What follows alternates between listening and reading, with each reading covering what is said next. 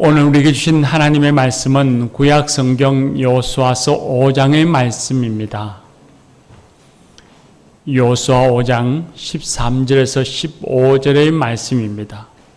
구약 성경 326쪽이 되겠습니다.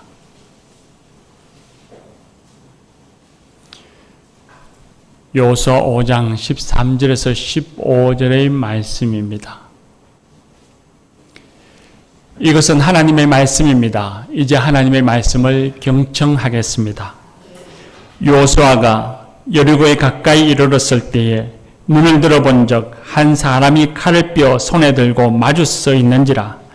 여호수아가 나아가서 그에게 묻되 너는 우리를 위하느냐 우리의 적들을 위하느냐 하니 그가 이르되 아니라 나는 여호와의 군대 장관으로 지금 왔느니라 하는지라. 여호수아가 얼굴을 땅에 대고 엎드려 절하고 그에게 이르되 내 주여 종에게 무슨 말씀을 하려 하시나이까. 여호와의 군대의 대장이 여호수아에게 이르되 내 발에서 신을 벗으라. 내가 선 곳은 거룩하니라 하니 여호수아가 그대로 행하니라. 아멘. 이 말씀으로 우리에게 은혜 주실 줄 믿습니다. 바울 중창단 찬양하겠습니다.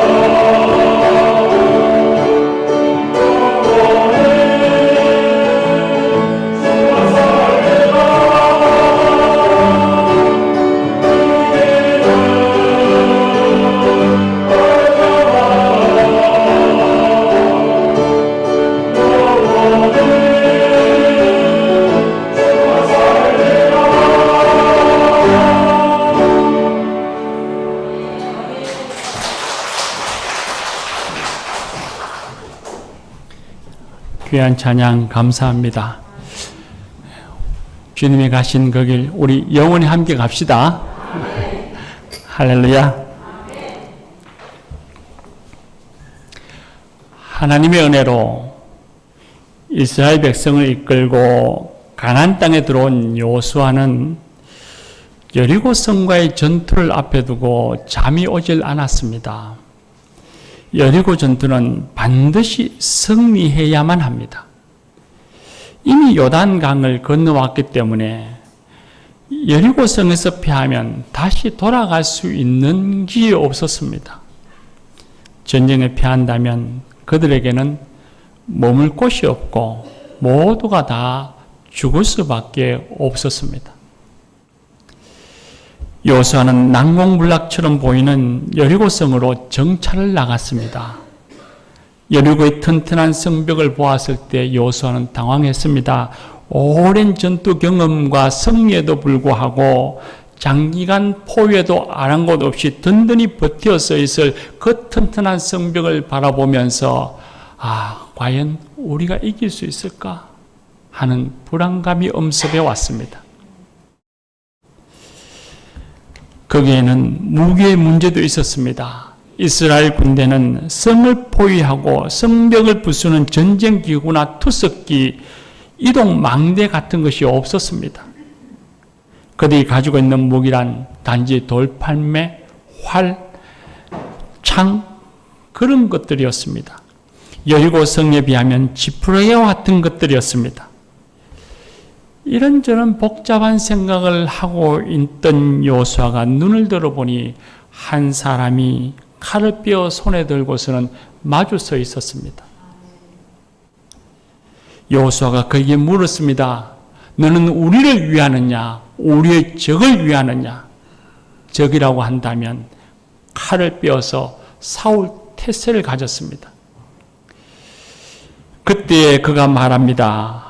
적이 아니라 나는 하나님의 군대 장관으로 여기 왔느니라 했습니다. 마므레 상수리 나무 아래서의 아브라함, 버니엘에서의 야곱, 미디안 광야 불붙던 떨긴 나무의 모세에게 있었던 것 같은 일이 여호수아에게 일어났습니다. 여호수아는 자신이 하나님의 존전에 있다는 것을 느꼈습니다. 그 자리에 엎드렸습니다. 절을 했습니다. 그리고 말합니다. 나의 주여, 종에게 무슨 말씀을 하려 하시나이까? 그때 하나님의 사자가 그에게 말합니다. 내 발에서 신을 벗어라. 너가 선 곳은 거룩한 곳이니라 했습니다. 여호수아가 하나님의 사자와 만난 곳은 가나안 사람들이 살고 있는 가나안 땅 여리고성 근처입니다. 우상을 숭배하는 가나안 사람들이 사는 땅이니 그 땅을 부정하다라고 말해야 할 것 같은데 하나님의 사자는 여호수아 너가 선 그 땅은 거룩한 곳이다 그렇게 말씀합니다. 무슨 뜻일까요? 물리적인 지형으로서 그 땅이 거룩하다 하신 것이 아닙니다. 하나님과 만나는 곳이기에 하나님이 찾아오셔서 하나님과 만나는 곳이기에 그 땅이 거룩하다는 뜻입니다. 하나님이 찾아와서 여호수아를 만나 주심으로 여호수아가 서 있는 그 땅은 거룩하다는 것입니다. 우리도 마찬가지입니다. 우리가 살아가는 삶의 자리, 우리가 서 있는 삶의 자리, 그곳엔 우리 홀로 있는 것이 아니고 하나님이 우리를 찾아와서 우리 가운데 임재하시면서 우리와 함께하고 계시고 우리 가운데 찾아오시는 하나님을 우리가 만나니 우리가 선 삶의 자리는 거룩한 곳입니다. 예배당을 성전이라 말하고 거룩한 곳이라 말하는 이유가 있습니다. 우리가 예배할 때에 하나님이 우리를 찾아와서 이곳에 임재하셔서 말씀으로 우리를 만나 주시니 이 예배당, 이 예배의 자리가 거룩한 것입니다. 예배당만 거룩한 것이 아닙니다. 우리가 살아가는 삶의 자리도 거룩한 곳입니다. 왜냐하면 그곳에도 하나님이 임하여 계시기 때문입니다. 하나님이 우리를 찾아오시고 우리를 만나주시고 우리와 함께 하시기 때문입니다. 그래서 바울 사도는 그렇게 말합니다. 너희 몸을, 우리의 삶을 하나님이 기뻐하시는 거룩한 산 제물로 드리라고 말씀하십니다.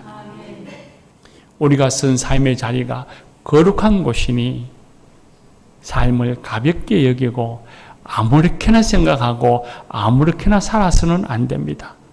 뜻없이 의미 없이 그렇게 살아서는 안 된다는 것입니다. 또 하나 여호수아가 쓴 자리를 거룩하다 하신 이유가 있습니다.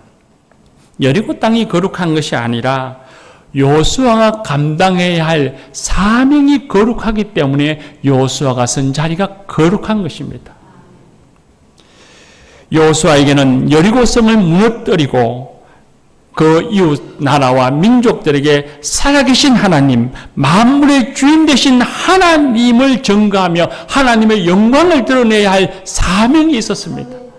하나님의 뜻이 이루어야 할 사명, 그 사명이 거룩하기 때문에 여호수아가 선 그곳은 거룩한 땅입니다. 우리 역시 마찬가지죠. 우리가 살아가는 삶의 자리, 우리가 서 있는 삶의 자리가 거룩한 또 하나의 이유는 우리가 삶을 통해 하나님의 뜻이 이루어지기 때문입니다. 우리에게도 하나님이 주신 우리 저마다의 삶의 자리에 또 각각의 지위와 역할에 따라서 하나님 주신 사명이 우리에게는 있습니다. 삶을 통해서 이루어야 할 하나님의 뜻이 우리 저마다에게 다 있습니다. 그러니 우리가 살아가는 삶의 자리, 우리가 서 있는 삶의 자리는 거룩한 곳입니다. 7월의 추천도서로 한번 소개했던 박위 씨가 쓴 위라클이라고 하는 책을 보면 그가 사고로 전신마비가 되어서 자신의 몸을 스스로 일으킬 수도 없는 처지에서 자신을 향하신 하나님의 뜻을 생각합니다. 그리고 하나님이 자신에게 주신 사명이 무엇인가를 생각하고서는 자신처럼 장애로 고통받고 힘들어하는 이들을 돕는 것이 하나님이 자신에게 주신 사명이라 결심하고서 그는 오늘까지 그렇게 살아가고 있습니다.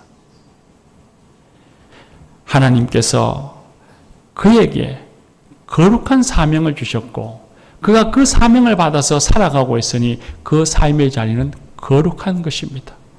비록 그가 장애인이었지만 장애로 살아가는 그의 삶의 자리는 그가 하나님께로 받은 사명이 거룩하기에 그 삶의 자리가 거룩한 것입니다. 그가 주의 이름으로 서 있는 곳, 그곳에 하나님이 계시고 그를 통해 하나님의 뜻이 이루어지고 하나님의 은혜가 전파되어지고 하나님의 영광이 드러나니 그가 서 있는 곳은 거룩한 곳이지요. 교우 여러분, 우리의 삶도 마찬가지입니다. 우리의 삶의 자리에 하나님이 함께 하시고 우리 삶을 통해 주의 영광과 주의 은혜가 드러나야 하니 우리 삶의 자리는 거룩한 곳입니다. 우리 삶이 거룩한 것입니다. 그것이 어디든지 간에 가정에서든지 교회에서든지 직장에서든지 사회에서든지 어느 곳이든지 주의 이름으로 살아가는 곳, 주의 백성으로 살아가는 그곳은 거룩한 곳입니다.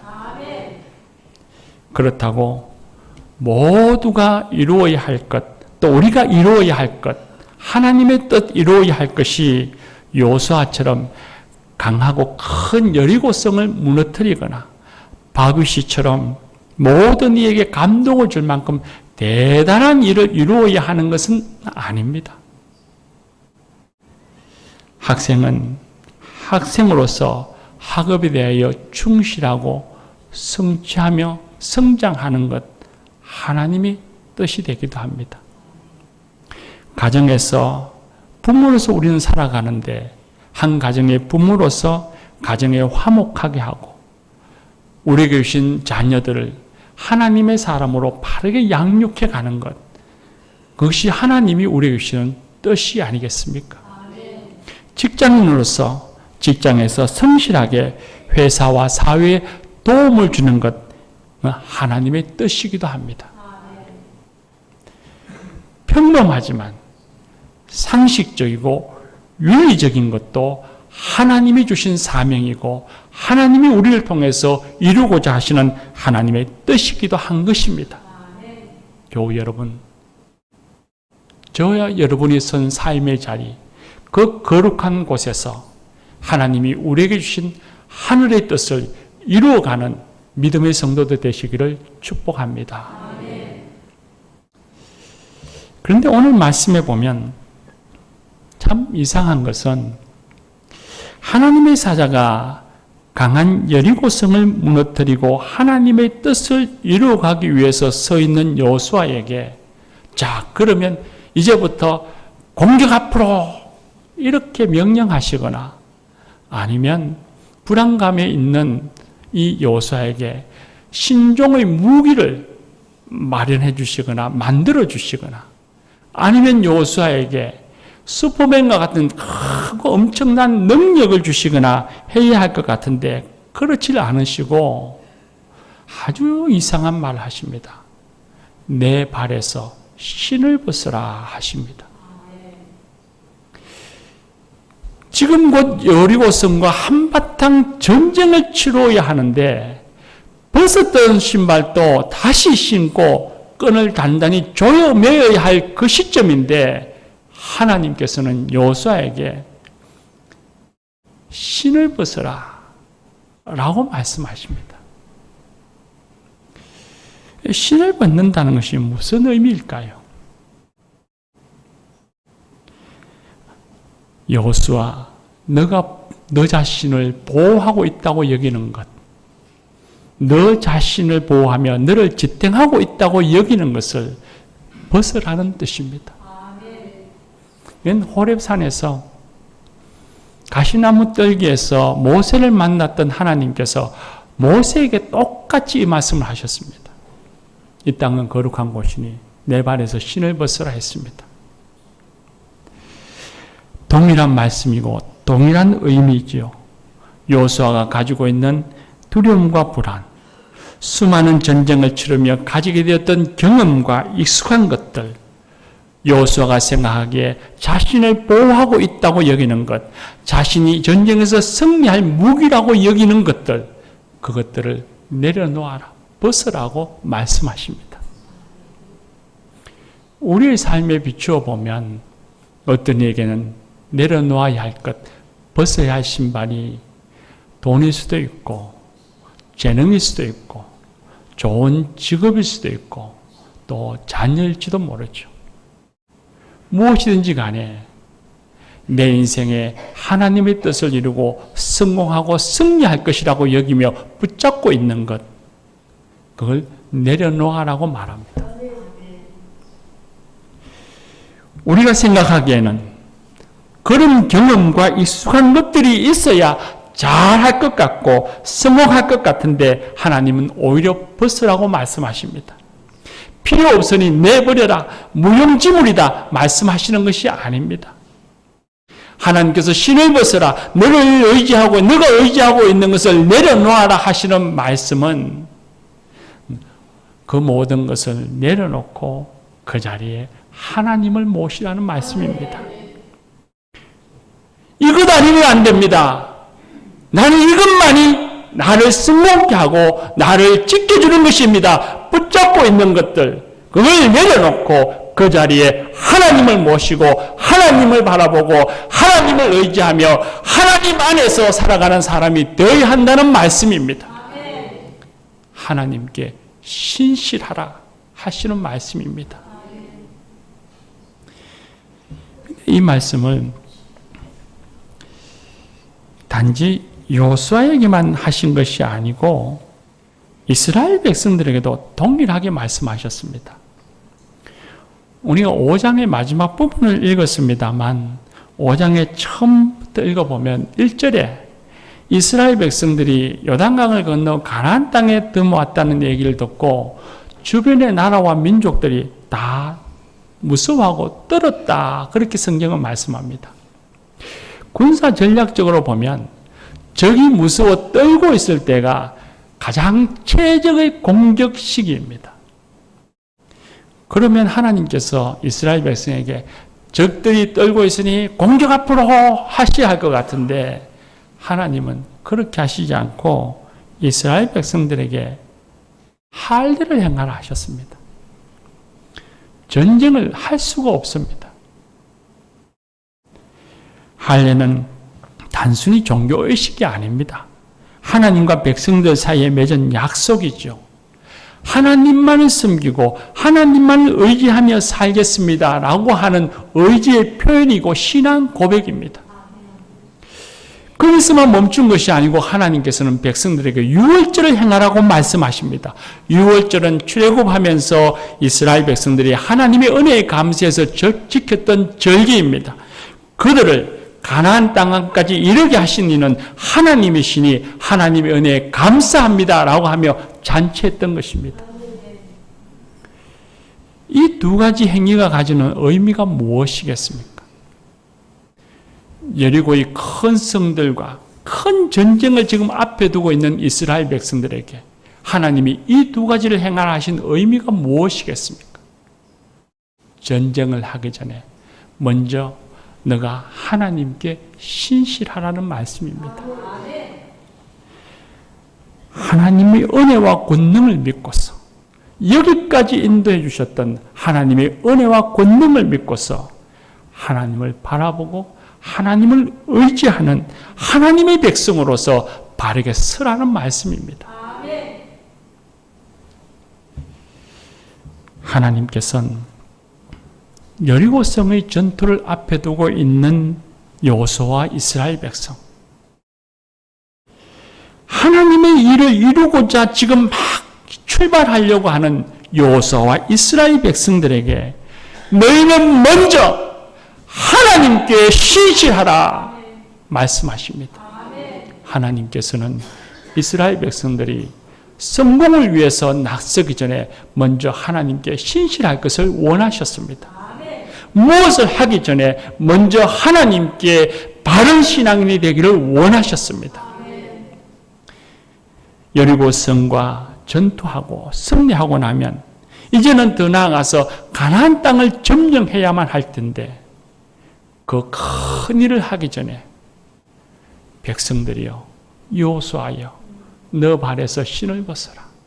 너 자신이 먼저 하나님께 신실해야 하느니라. 바른 신앙인, 거짓된 신앙인, 형식적인 신앙인이 아니라 참된 신앙인이 되어야 하기를 원하셨던 것입니다.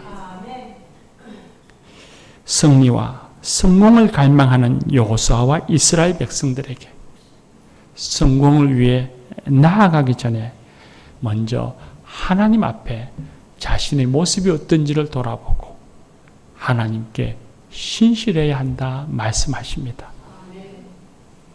교우 여러분, 우리도 거룩한 삶의 자리에서 하나님의 뜻을 이루기 위해서 성공하기 위해서 먼저 신을 벗어야 합니다. 먼저 하나님께 신실해야 합니다. 성공과 승리가 먼저가 아니라 하나님께 신실하는 것이 우선입니다. 그러면 성공과 승리는 하나님이 우리에게 부여해 주십니다. 이 여호수아 5장을 넘었으면 바로 6장인데 여리고성과의 전투가 이루어지는 곳인데 이 여리고성을 누가 무너뜨리고 이기게 했습니까? 바로 하나님이십니다. 여러분 댁에 가셔서 여호수아 6장의 말씀을 꼭 읽어보십시오. 이스라엘 백성들은 정말 칼 한 번 휘두르지 않았습니다. 전쟁인데 칼을 휘두르지 않았습니다. 하나님의 말씀에 따라서 성을 둘러봤을 뿐입니다. 하나님의 권능으로 그 튼튼한 성벽이 무너지고 이스라엘 백성들이 그 큰 성을 이겼습니다. 하나님의 은혜와 권능이었죠. 인생의 승리, 인생의 성공, 하나님의 뜻을 이루는 일은 하나님께 있습니다. 우리에게 있는 것이 아닙니다. 그러므로 나는 언제 성공하나, 언제 이 일을 이루나 초지할 것이 아니라 먼저 내가 하나님 앞에 바르게 서 있는지를 먼저 살펴보아야 합니다. 먼저 하나님께 나는 신실한 사람인가를 돌아보아야 합니다. 하나님 앞에 내가 신실하면 내 성공과 내 일은 하나님이 책임져 주십니다.